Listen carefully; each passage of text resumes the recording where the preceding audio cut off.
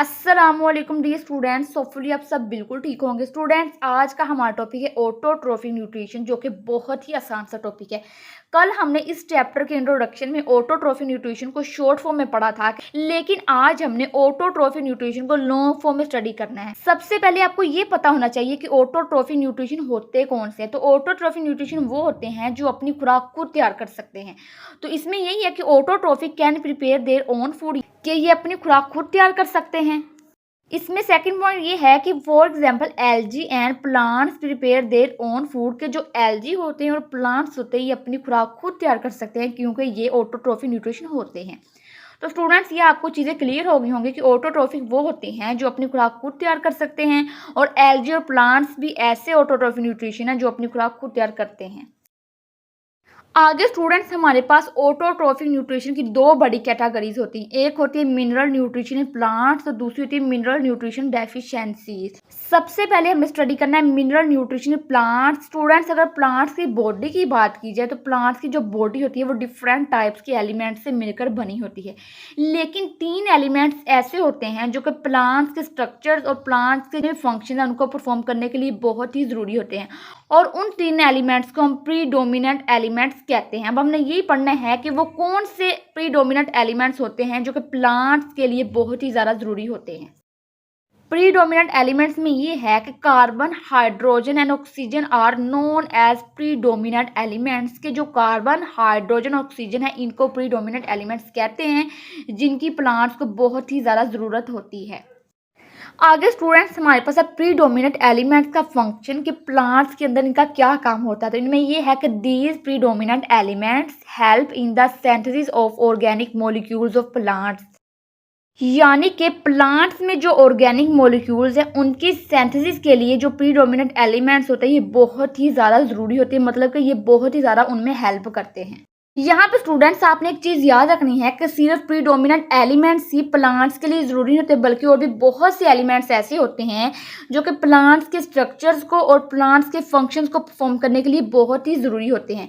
तो इसमें आगे हमारे पास है अदर एलिमेंट्स। तो इनमें ये है कि there are many other elements enter into the composition of plants, यानी कि प्रीडोमिनेंट एलिमेंट्स के अलावा और भी बहुत से एलिमेंट्स होते हैं जो कि प्लांट्स की कंपोजिशन में बहुत ही ज़रूरी होते हैं। अब हमने ये देखना है कि वो कौन से एलिमेंट्स हैं जो कि प्लांट्स के लिए बहुत ही ज़्यादा ज़रूरी होते हैं। सबसे पहला एलिमेंट हमारे पास है नाइट्रोजन, जो कि प्रोटीन में मौजूद होती है। अगर प्लांट्स में नाइट्रोजन मौजूद नहीं होगी तो प्रोटीन नहीं बनेगी। दूसरा है phosphorus is present in nucleic acids. Phosphorus nucleic acid में मौजूद होती है, और अगर प्लांट्स में फॉस्फोरस नहीं होगी तो न्यूक्लिक एसिड नहीं बनेगी। तीसरा है magnesium is present in chlorophyll. तो क्लोरोफिल में जो मैग्नीशियम है वो प्रेजेंट होती है। और फोर्थ है आयरन, जो कि प्रेजेंट होती है साइटोक्रोम में। तो स्टूडेंट्स, आपने याद रखना है कि अगर प्लांट्स के पास ये एलिमेंट्स नहीं होंगे तो उनके पास प्रोटीन, न्यूक्लिक एसिड्स, क्लोरोफिल और साइटोक्रोम भी मौजूद नहीं होंगे। तो आपने यहाँ पे एक और चीज़ याद रखनी है कि नाइट्रोजन, फॉस्फोरस, मैग्नीशियम और आयरन को हम एलिमेंट्स के अलावा मिनरल्स भी कहते हैं। तो आपने कंफ्यूज नहीं होना कि मिनरल्स क्या होते हैं। तो आपने बस यही चीज़ याद रखनी है कि नाइट्रोजन, फॉस्फोरस, मैग्नीशियम और आयरन को हम मिनरल्स भी कहते हैं। अच्छा जी स्टूडेंट्स, तो आपके इस टॉपिक में एक शॉर्ट क्वेश्चन है कि where does plants obtain these elements, कि जो प्लांट्स है वो नाइट्रोजन को, फॉस्फोरस को, मैग्नीशियम को और आयरन को कहाँ से ऑब्टेन करता है, मतलब कि कहाँ से लेता है।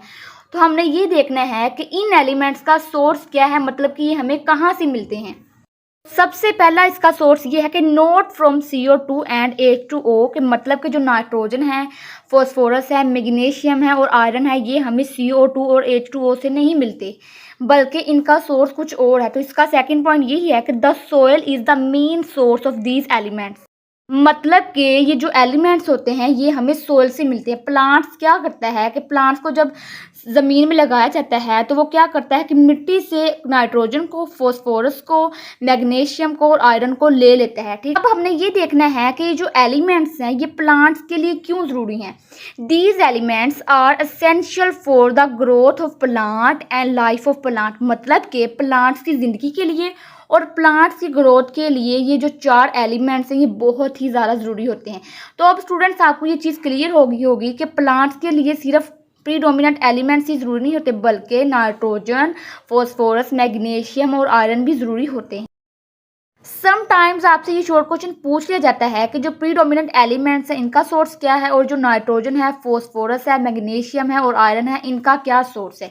तो स्टूडेंट जो प्रीडोमिनेंट एलिमेंट्स हैं इनका सोर्स CO2 और H2O होता है, और ये जो एलिमेंट्स हैं मतलब कि नाइट्रोजन है, फॉस्फोरस है, इनका सोर्स सॉइल होता है।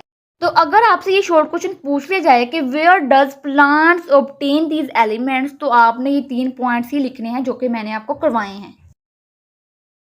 लास्ट में हमारे पास है यूज ऑफ फर्टिलाइजर। तो इसमें ये है कि crops fails to grow when repeatedly in the same field, यानी कि जो क्रॉप्स हैं, जो फसलें हैं, अगर उनको बार बार एक ही फील्ड में लगाया जाएगा तो वो कभी भी ग्रो नहीं करेंगी। इसकी वजह ये है कि जो सोयल है उसमें जो मिनरल्स हैं, जिनको हम नाइट्रोजन कहते हैं, फॉस्फोरस कहते हैं, मैग्नीशियम कहते हैं, आयरन कहते हैं, उनकी कमी हो जाती है। इसी वजह से जो क्रॉप्स हैं वो ग्रो नहीं होते हैं। अब लेकिन जो फार्मर्स होते हैं, जो किसान होते हैं, उनके पास इस चीज़ का सोल्यूशन होता है और वो फर्टिलाइजर को इस्तेमाल करके इस चीज़ को दूर कर सकते हैं। अब हमने ये पढ़ना है कि वो फार्मर्स किस तरह के जो फर्टिलाइजर हैं वो इस्तेमाल करते हैं। तो इसमें ये है कि the farmer replace these by animals manure, मतलब कि जो जानवरों का फुजला होता है, जो गोबर होता है, उसको इस्तेमाल करते हैं। दूसरा है सीवेज स्लज, मतलब कि जो शहरों का गंदा पानी होता है उसको ट्रीटमेंट प्लांट के जरिए इस्तेमाल करते हैं। तीसरा है आर्टिफिशियल फर्टिलाइजर, या फिर वो खाद्य इस्तेमाल करके इस तरह की कमी को दूर करते हैं।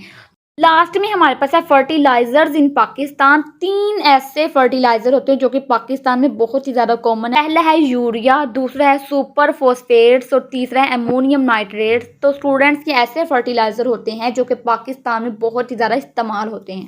स्टूडेंट्स कल हम करेंगे मिनरल न्यूट्रिशन डेफिशिएंसीज, क्योंकि अगर मैं आज वो आपको टॉपिक करवाती तो ये लेक्चर बहुत ही ज़्यादा लेंथी हो जाना था और आपको ये चीज़ें जो थी वो इतने अच्छे से समझ नहीं आनी थी। तो आपने इस टॉपिक को अच्छे तरीके से याद कर लेना और उसको नोट कर लेना है। ओके जी, अल्लाह हाफिज़।